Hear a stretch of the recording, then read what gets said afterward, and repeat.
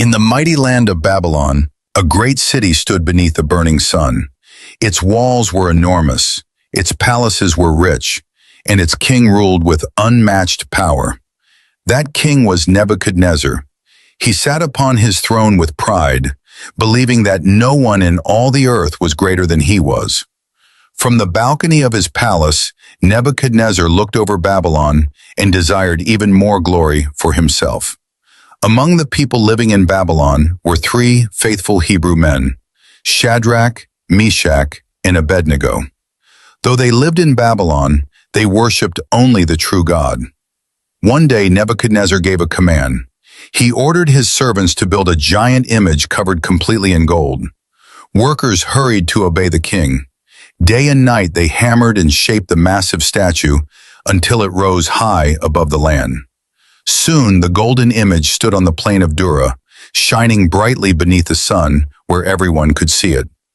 Then the king sent messengers throughout Babylon. They traveled to every city and village with an important announcement. Governors, princes, rulers, judges, and people from every nation were called to gather before the golden image. When everyone had arrived, a royal herald stepped forward with a scroll in his hand. He shouted loudly, "People of every nation and language, when you hear the sound of the music, you must fall down and worship the golden image that King Nebuchadnezzar has set up." Then the herald gave a terrible warning. Whoever refuses to bow will immediately be thrown into a blazing, fiery furnace. Nearby, soldiers prepared the furnace. They threw in wood and stirred the flames until the fire burned hotter and hotter. The furnace roared like a monster.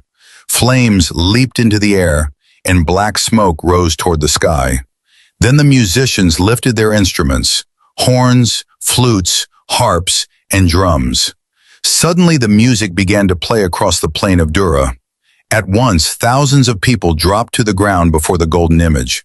Row after row, everyone bowed low. The rulers bowed, the soldiers bowed, the people bowed. Many were afraid. They did not want to face the fiery furnace. But in the middle of that great crowd, three men remained standing. Shadrach, Meshach, and Abednego would not bow. They would rather obey God than obey the king. Some soldiers noticed them standing while everyone else was kneeling. Then some jealous officials saw the three Hebrew men and became angry. Quickly they hurried through the palace to tell the king what they had seen. The officials stood before Nebuchadnezzar and said, "O king, Shadrach, Meshach, and Abednego refused to worship your golden image." When Nebuchadnezzar heard this, he became furious. His face twisted with anger. At once he ordered the three men to be brought before him. The king said, "I will give you one more chance. When the music plays again, bow down before the image." Then he warned them, "But if you refuse, you will be thrown into the fiery furnace. And what God can rescue you from my hand?" But Shadrach, Meshach, and Abednego answered bravely, "We do not need to defend ourselves before you. Our God is able to save us from the furnace, and he can rescue us from your hand. But even if he does not, we will never serve your gods or bow before your image." Nebuchadnezzar became even more angry than before. He shouted to his soldiers, "Heat the furnace 7 times hotter." The soldiers fed the furnace with more wood and oil until the flames exploded higher than ever before. Then the king ordered that Shadrach, Meshach, and Abednego be tied up with ropes.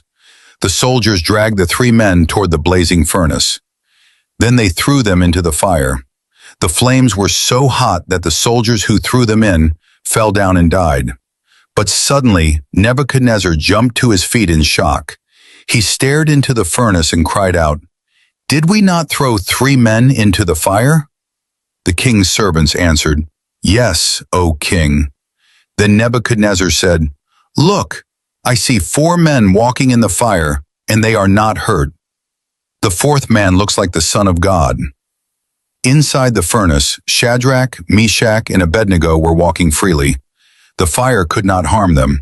God had sent his angel to protect them in the flames. Then Nebuchadnezzar hurried toward the furnace and shouted, "Shadrach, Meshach, and Abednego, "Servants of the Most High God, come out!" The three men stepped out of the furnace before everyone watching.